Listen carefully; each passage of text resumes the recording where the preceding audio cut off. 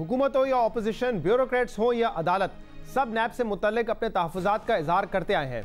Opposition नैब पर हुकूमत का आलाकार होने का इल्ज़ाम लगाती रही है, जबकि खुद हुकूमती वुज़रा और अदालतें अपने रिमार्क्स के जरिए नैब के इख्तियारात और उसकी कारकर्दगी पर सवालात उठाते रहे हैं। इन्हीं एतराज़ात को लेकर 27 दिसंबर 2019 को कौमी एहतसाब ऑर्डिनेंस 2019 की मंजूरी दी गई, जिसकी मुद्दत इस साल 26 अप्रैल को ख़त्म हो गई, जिसके बाद वज़ीर आज़म इमरान खान की जानिब से नैब कानून में तरामीम के लिए एक कमेटी तश्कील दी गई है, जिसमें स्पीकर कौमी असम्बली असद कैसर, बाबर अवान, शहजाद अकबर, असद उमर और फ़रोग नसीम साहब शामिल हैं। ये कमेटी अगले हफ्ते नैब के कानून में तरमीम के लिए काम शुरू कर देगी। और दूसरी तरफ ऑपोजिशन की दो बड़ी जमातें पीपल्स पार्टी और PMLN भी नैब तरमीम पर अपना काम शुरू कर चुकी हैं। आज द न्यूज़ में उमर चीमा की खबर के मुताबिक ऑपोजिशन जमातें नून लीग और पाकिस्तान पीपल्स पार्टी नैब के कानून में तरमीम का मुसवदा तैयार कर चुकी हैं। खबर के मुताबिक ऑपोजिशन के मुसवदे का अहम नुक्ता नैब के सेक्शन 15 में तरमीम है। नैब के इस सेक्शन के मुताबिक नैब अदालत से सजा के बाद मुल्जिम पब्लिक ऑफिस के लिए नाअहल हो जाता है, लेकिन ऑपोजिशन की तरमीम के मुताबिक अपील के तमाम तकाजे पूरे होने तक मुल्जिम को नाअहल करार नहीं दिया जाएगा। इसके अलावा नैब के मौजूदा कानून के मुताबिक बर्डन ऑफ प्रूफ मुल्जिम पर होता है, यानी कि मुल्जिम को अपनी बेगुनाही का सबूत देना पड़ता है, लेकिन ऑपोजिशन की तरमीमी मुसवदे के मुताबिक बर्डन ऑफ प्रूफ नैब पर डालने की तजवीज़ दी गई है। इसके अलावा तरमीमी मुसवदे में यह तजवीज़ भी पेश की गई है कि नैब सिर्फ 1 अरब रुपए या इससे ज़्यादा की बेज़ाब्तियों की इंक्वायरी कर सकता है। इससे कम रकम का अगर केस होगा तो नैब उसको सुनने का मिजाज नहीं होगा। उमर चीमा की खबर के मुताबिक ऑपोजिशन चेयरमैन नैब के इख्तियारात में भी नुमाया कमी करना चाहती है। ऑपोजिशन के इस मुसवदे के मुताबिक चेयरमैन नैब की मुद्दत मुलाजमत 4 साल से कम करके 3 साल करने की तजवीज़ इसमें पेश की गई है। और नून लीग और पीपल्स पार्टी ये भी चाहते हैं कि चेयरमैन नैब से गिरफ्तारी का इख्तियार वापस ले लिया जाए और प्रोसिक्यूटर जनरल नैब और नैब में भर्तियों का इख्तियार भी नैब चेयरमैन से वापस ले लिया जाए। ऑपोजिशन ये भी चाहती है कि नैब के रिमांड की मुद्दत को 90 दिन से कम करके 14 दिन कर दिया जाए। मुसवदे के मुताबिक नैब 6 महीने में किसी भी केस की तहकीकात मुकम्मल करने का पाबंद होगा।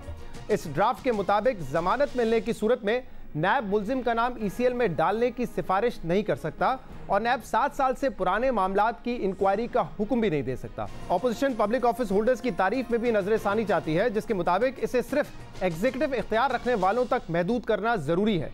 ऑपोजिशन नैब कानून में तरमीम के लिए अपनी तजावीज़ सामने ला चुकी है, जबकि हुकूमत ने एक कमेटी तश्कील दी गई है जो कि अगले हफ्ते इस पर काम शुरू कर देगी।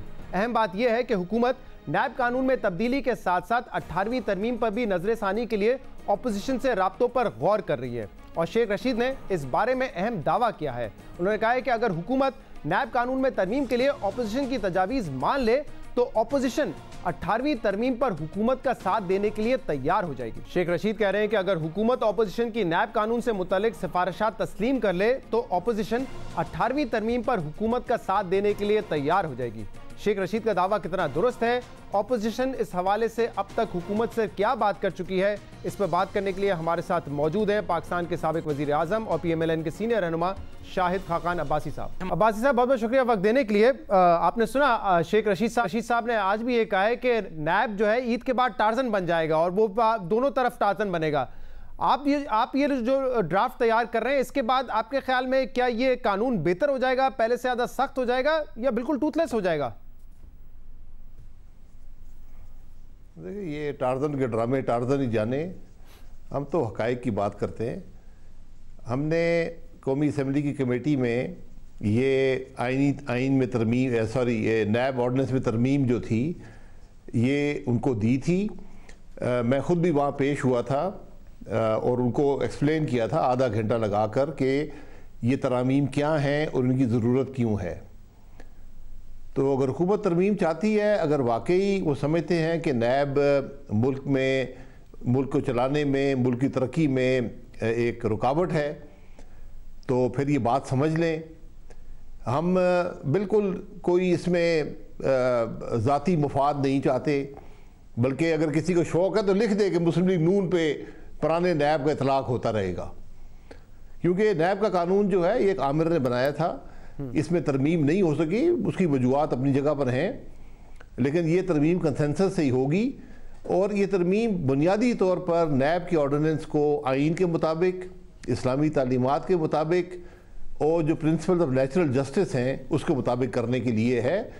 और चूंकि मैं तो खुद ज़ाती तौर पर नैब भुगत चुका हूँ, आज से नहीं सन 2000 से भुगत रहा हूँ, तो हम जानते हैं कि नैब की खराबियाँ क्या हैं। अच्छा अब्बास साहब, इसमें आप कह रहे हैं कि आपने हुकूमत के साथ शेयर किया था, ये अभी रिसेंटली किया था या पहले जब बात हो रही थी? क्योंकि 4-5 माह पहले तो लग रहा था कि बड़ा इस पे तेजी से काम हो रहा है और शायद कोई इत्तेफाक राय हो जाए ऑपोजिशन और हुकूमत के दरमियान। जी, जो कमेटी बनी थी कौमी असम्बली की जिसमें ये बिल कंसिडर हो रहा था, जो ऑर्डिनेंस पेश हुआ था वो बिल बन जाता है, वो कमेटी में था, तो वहाँ पर इसमें 5-6 मीटिंग्स भी हुई हैं और हमने ये ड्राफ्ट उनके सामने रख दिया था।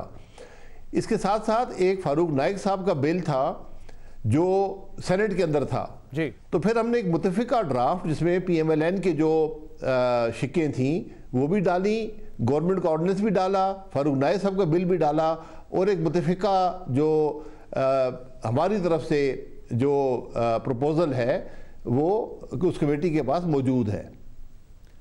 अब्बास साहब, इसमें बहुत सारी बातें जो लॉ मिनिस्टर फरूक नसीम से हमारी डिस्कशन उस पर हो चुकी है, जैसे बेल नहीं है, सुप्रीम कोर्ट ने भी कहा था इसको देखने की जरूरत है, जो रिमांड का पीरियड है, जो अरेस्ट के पावर्स है, किसी भी स्टेज पर अरेस्ट किया जा सकता है, इस पर तो खुद हम बात करते रहे कि इनको रिविजिट करने की जरूरत है।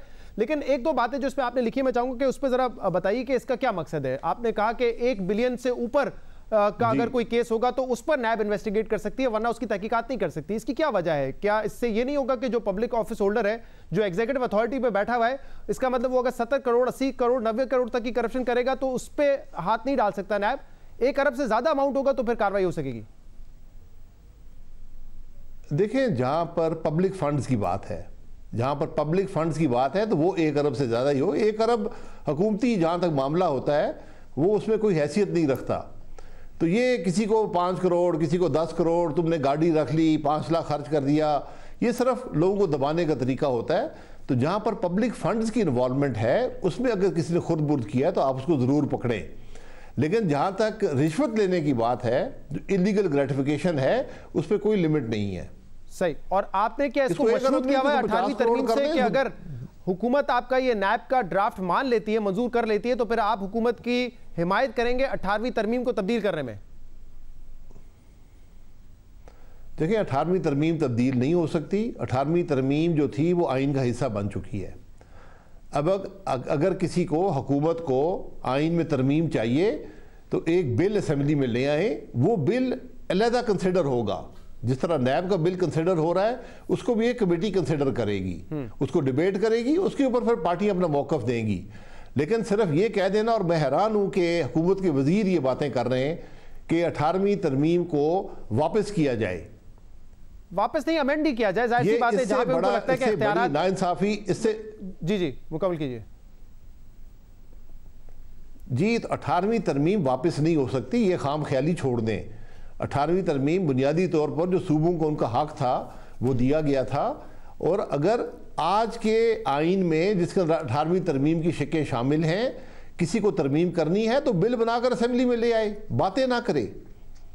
सही, बहुत बहुत शुक्रिया। शाहिद खाकान अब्बासी साहब, साबिक वज़ीर आज़म पाकिस्तान, हमारे साथ मौजूद थे। कह रहे थे कि अगर कोई ऐसा बिल आता है तो उसको अलग से देखा जाएगा, जैसे नैब ऑर्डिनेंस को देखा जा रहा है इसी तरीके से उस बिल को भी वापस देखा जाएगा। 18वीं तरमीम वापस नहीं हो सकती। अगर कोई तरमीम लाना चाहते हैं तो उसका बिल सामने लेकर आ जाए। एक ब्रेक शामिल करेंगे, इसके बाद हम मज़ीद बात करेंगे। हमारे साथ रहिए।